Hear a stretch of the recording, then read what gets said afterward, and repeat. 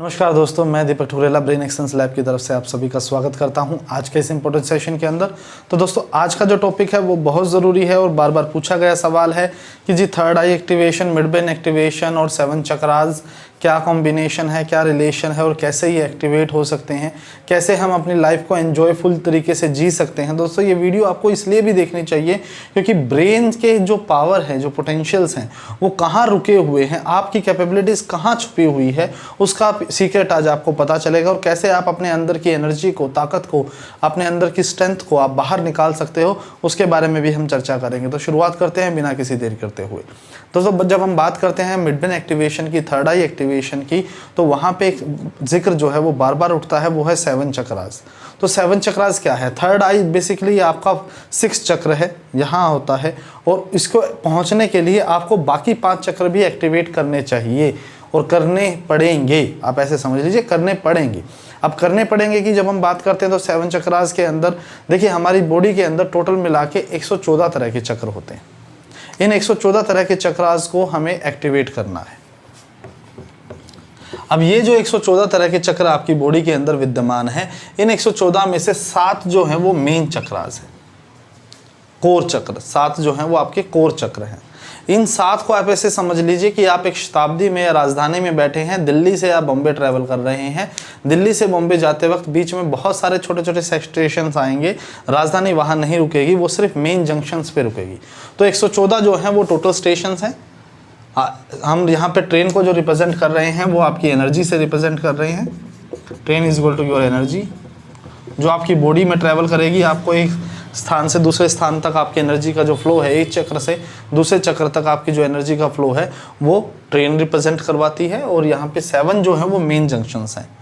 इन 7 में सबसे ऊपर आता है क्राउन चक्र, जो आपके सर पे होता है यहाँ पे, और सबसे नीचे आता है रूट चक्र। रूट चक्र को मूलाधार बोला जाता है।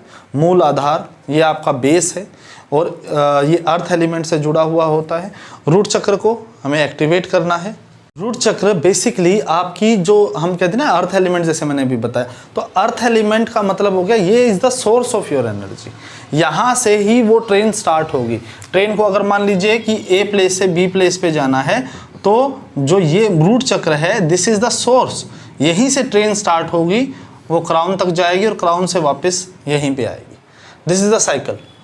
एनर्जी जो है आपकी बॉडी में इसी साइकिल में ट्रैवल करती है, नीचे से ऊपर की तरफ, ऊपर से नीचे। 114 जो हैं ये अलग पॉइंट्स हैं। ये 114 जो चक्रास हैं, अब चक्र को समझिए। बेसिकली चक्र का मतलब होता है व्हील। व्हील का मतलब जो आपको गंतव्य में आसानी दे सकते हैं, गंतव्य में आपकी हेल्प करते हैं, एक जगह से दूसरी जगह जाने में आपकी हेल्प करते हैं, कैरियर का काम करते हैं।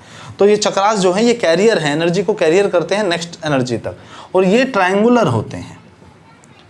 आपकी बॉडी में 114 तरह के ट्रायंगुलर चक्रास हैं। इन्हें चक्र के इसलिए रिप्रेजेंट किया जाता है क्योंकि एनर्जी कैरियर है। ये ट्रायंगल जो है ये आपस में इंटरकनेक्ट हैं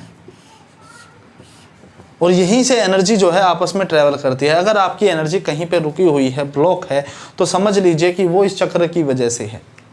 और चक्र की वजह से वो एनर्जी जहाँ भी ब्लॉक होगी आप उस जगह पे प्रॉब्लम महसूस करेंगे।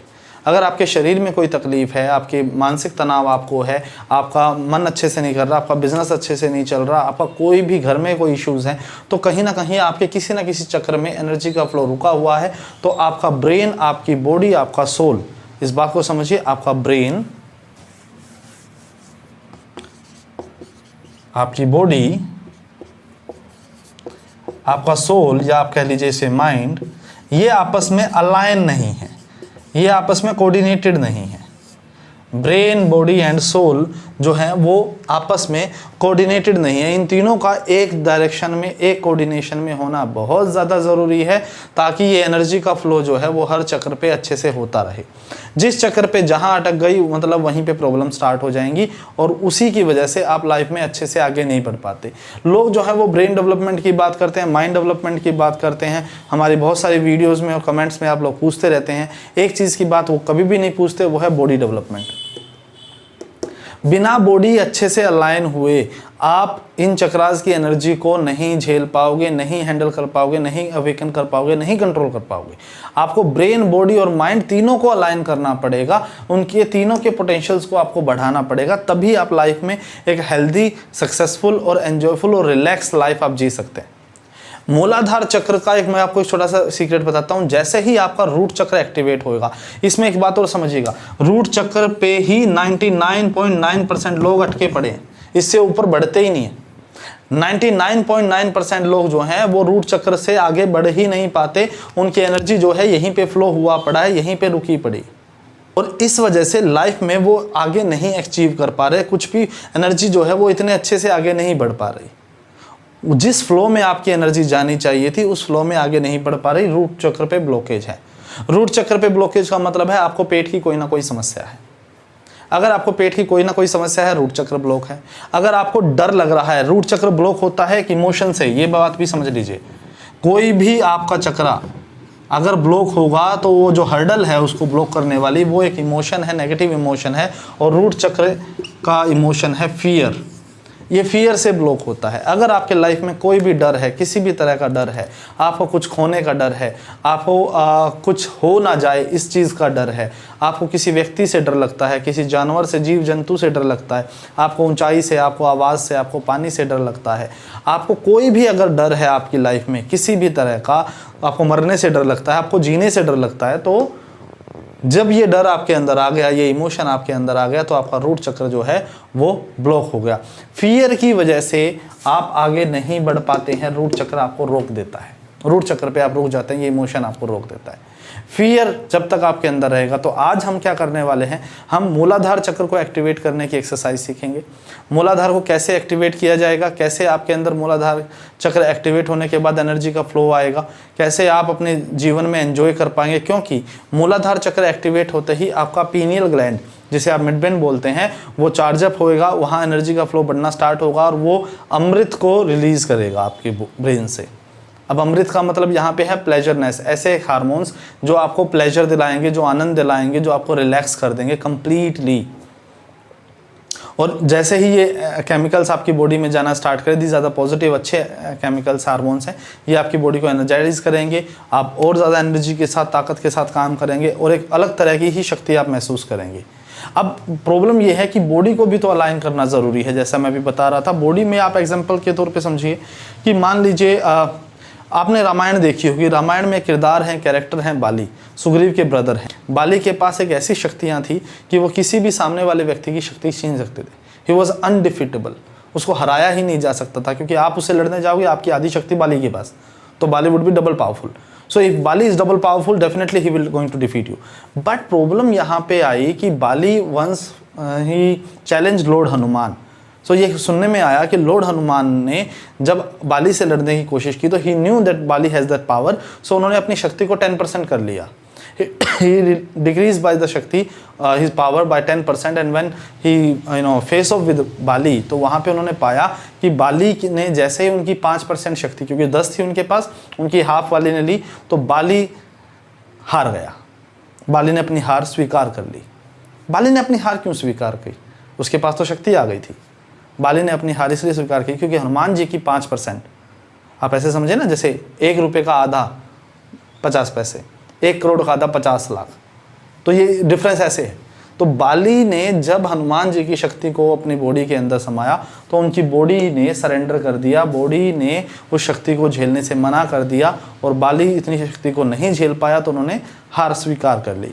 ये एक मैथोलॉजिकल स्टोरी है, लेकिन इससे सीखने को हमें ये मिलता है कि भैया अगर आपका शरीर तैयार नहीं है तो आप ज़्यादा वेट नहीं उठा सकते। अगर आपको वेट, आप मान लीजिए बॉडी बिल्डिंग करते हैं, वेट उठा रहे हैं, अगर आपका शरीर तैयार नहीं है और मैंने 200 किलो आपके ऊपर डाल दिया, तो नुकसान ही होगा ना, आप नहीं झेल पाओगे। आपको अपनी बॉडी को उतना तैयार करना पड़ेगा ताकि आप धीरे धीरे उस वेट को उठा पाओ। तो दोस्तों, ये सारा खेल जो है वो ब्रेन, बॉडी और माइंड का है, सोल का है, उन तीनों को अलाइन करने का है, और उसी के लिए हम रूट चक्र पे आज काम करेंगे। हम अपने अंदर के फियर और इमोशन को, फियर के जो इमोशन है उसे ख़त्म करने के लिए एक एक्सरसाइज मैं आपको बताऊंगा। अगर ये एक्सरसाइज आप कर लोगे तो डेफिनेटली आप अपना मूलाधार चक्र को विदिन 2-3 डेज एक्टिवेट कर लो। हो सकता है सेम डे भी हो जाए, इट डिपेंड्स कि आपके कितने फियर हैं और वो फियर कितने इंटेंस हैं आपके ऊपर। मूलाधार चक्र को एक्टिवेट करने के लिए आप दो चीज़ों का और ध्यान रखिए। सबसे पहले it represent by red colour, तो लाल रंग से इसको रिप्रेजेंट किया जाता है। तो लाल रंग का एक बहुत बड़ा रोल अदा करता है लाल रंग मूलाधार चक्र को एक्टिवेट करने में। और अगर आप मूलाधार चक्र को एक्टिवेट करने का अभ्यास कर रहे हैं तो लाल रंग के कपड़े को या लाल रंग की किसी वस्तु को हमेशा अपने पास ज़रूर रखें। साइकोलॉजिकली ये आपका ब्रेन को, अगेन ब्रेन इसको चार्जअप करेगा, इसे आपके सबकॉन्शियस माइंड को अलाइन करेगा। जो एक्सरसाइज हम करेंगे वो सबकॉन्शियस माइंड के थ्रू करेंगे, क्योंकि कॉन्शियसली आप इतना ज़्यादा अभ्यास नहीं कर सकते, लेकिन सबकॉन्शियसली आपका ब्रेन एक बार प्रोग्राम हो गया तो वो निरंतर अभ्यास करता रहेगा। सबकॉन्शियस माइंड को हम अपना गुलाम बनाएंगे। उसके बाद इसे एक मंत्र के साथ भी ट्रिगर किया जाता है, वो है लम, LAM, लम। अब लम की जब हम बात करते हैं दोस्तों तो यहाँ पे समझ लीजिए रेड कलर, लम, ये दोनों के दोनों ट्रिगर्स हैं। ट्रिगर किस चीज़ के लिए? ताकि ब्रेन को ये पता चले, आपके सबकॉन्शियस माइंड को ये पता चले कि आप किस चीज़ के लिए काम कर रहे हो, किस चीज़ के लिए फाइट कर रहे हो। एक बार आपका ब्रेन प्रोग्राम हो गया तो जब भी लाल रंग आपको दिखाई देगा, आपका ब्रेन जो है ऑटोमेटिकली दोबारा काम करना स्टार्ट कर देगा। सबकॉन्शियस माइंड मूलाधार को एक्टिवेट करने के लिए आपकी नॉलेज के बगैर ही काम करना स्टार्ट कर देगा। आप नहीं कर रहे, वो अपने आप कर रहा है। और दूसरा, लम इज़ द साउंड। जब भी आपके ऊपर एक फियर हावी होगा, आप ये लम साउंड के प्रोनाउंसिएशन करेंगे। जैसे हम ओम का उच्चारण करते हैं, ऐसे ही आप लम का उच्चारण करेंगे और ये लम का उच्चारण जो है वो आपके डर को आपके अंदर से भगा देगा। तो जो एक्सरसाइज इसके लिए है उसका अभ्यास कर लेते हैं दोस्तों। शुरुआत करते हैं।